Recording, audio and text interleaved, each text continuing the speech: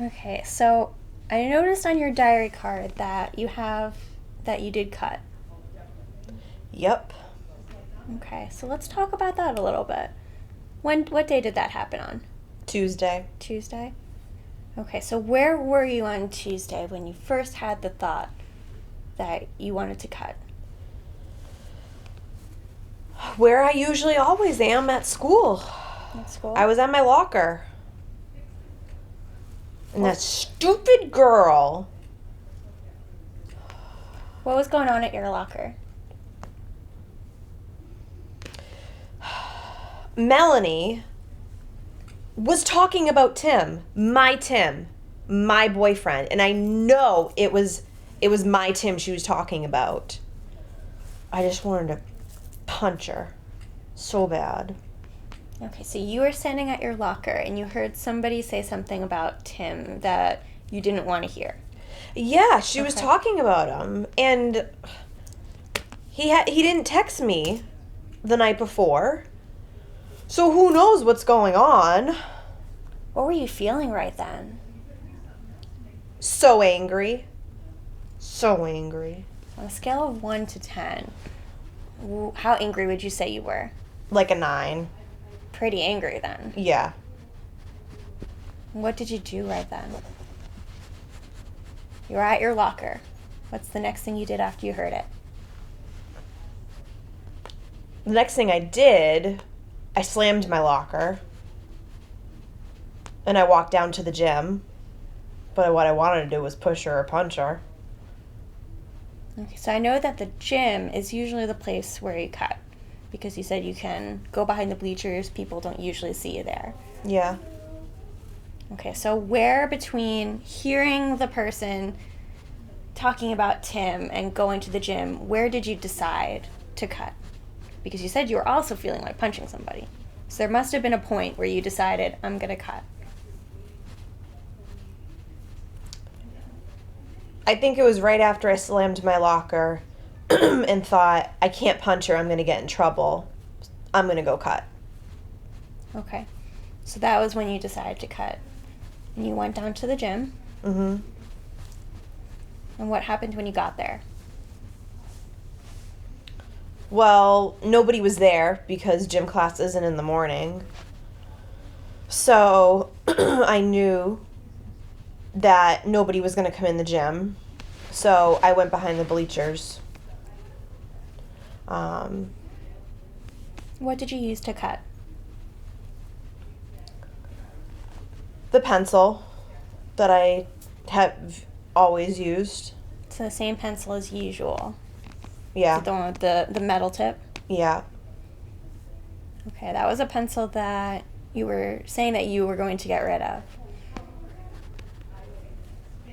Yeah, I know. It's just it's my favorite pencil. I use it for school. And it's my favorite pencil. Okay, so you still had the pencil. You got under the bleachers. You said you were feeling angry still. Were you still on the scale of 1 to 10? Where were you when you got under the bleachers?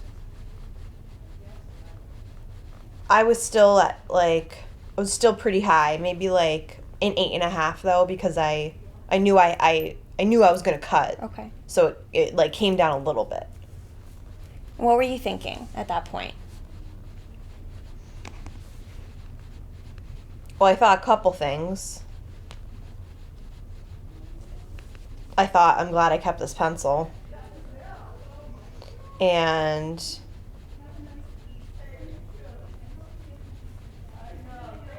that I'm just so pissed that I just want to cut so badly.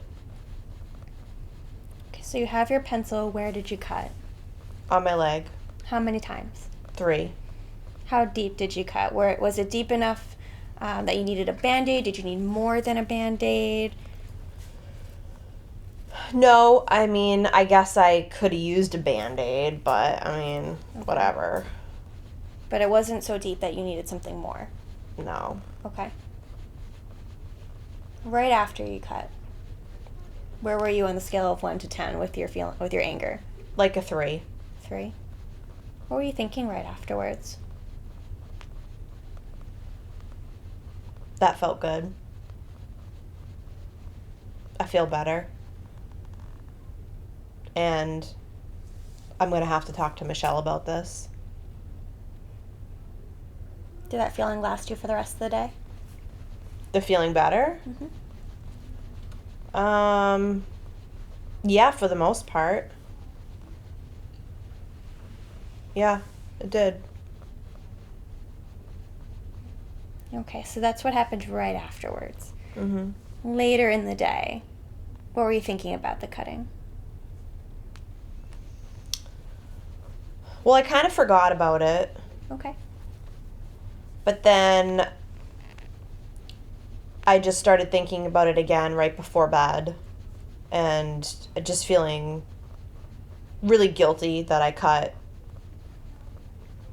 Because I knew I was going to have to talk about it with you. And the nighttime, I constantly think about what happened that day and then what the next day is going to be like. I mean, it's usually a pretty hard time. I know night is a really difficult time for you. It is, yeah. Everything seems worse at night. Yeah. So you were thinking back on it then, and you were feeling guilty. Yeah. Sounds like you weren't feeling so good about it then as you were in the afternoon. No.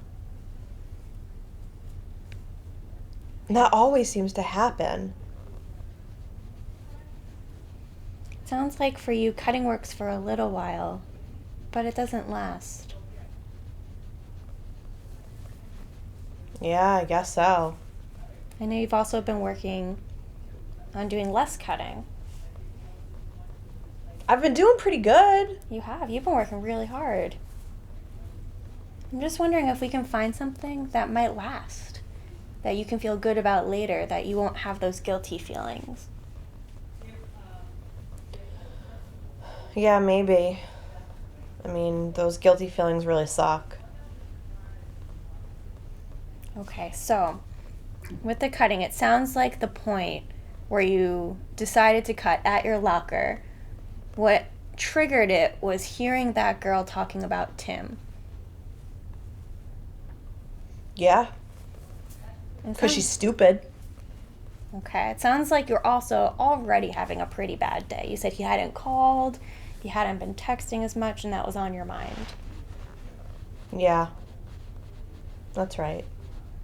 So I'm wondering if at that point, if we can think of 2 things that you can try differently next time instead of the cutting. Okay. That'll bring that anger from a 9 down a little bit. It's not going to bring it down all the way to a 3, though. I'll tell you that much. It might not, but it'll bring it down a little bit. Maybe each thing you try brings it down a little bit more. All right. And maybe there'll be things you'll feel good about later. You won't have to worry about that guilty feeling coming back. All right. So the first thing is that pencil. It sounds like it's comforting to have it. Yeah, it is. But it also sounds like it's tempting. What do you think about that? I mean, only if I am in the mood to cut, it's tempting. Sounds like having that pencil is going to make it harder to try other things.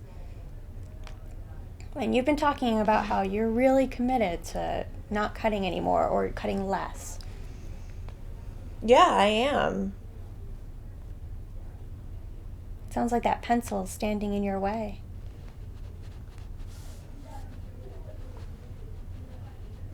Yeah, maybe. What do you think about getting rid of the pencil this time? Choosing a different favorite pencil that maybe you can't cut with.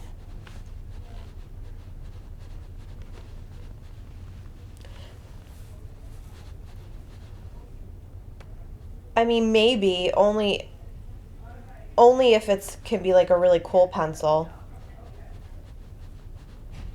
That way you can still have something that can be your favorite, but which won't tempt you. That'll make it easier to try the two things. Yeah. Okay, what do you think our first thing should be? What do you think you can try? You just heard somebody say something you don't want to hear, you're feeling pretty angry. What can you do in that moment? Well, what I do a lot at home when my mom's bothering me and saying stuff I don't want to hear, I put my headphones on. Do you have your headphones with you at school? Yeah, they actually they let me keep them on in school. Is that something you'd be willing to try next time? I think so. There's a few songs that usually help me, so I think so. Okay, that sounds like a good one to try. So we have headphones. We need to come up with one more. What do you think you'd like to try? Well, I really like my teacher, Mrs. Eaton, so she seems to always kind of be there when I need to talk. And her room's kind of right down the hallway from my locker, in the same hallway. So I guess I could talk to her. That sounds like a good option. So that's our goal, is to keep pushing, cutting further down the list, and to keep adding things that you're going to try first. And you're right that the first thing you try might not bring you all the way down to a 2 or a 3, but it might bring you down a little bit. And each thing you try might bring you down just a little bit more. So you have to be willing to try a few things. Can you do that?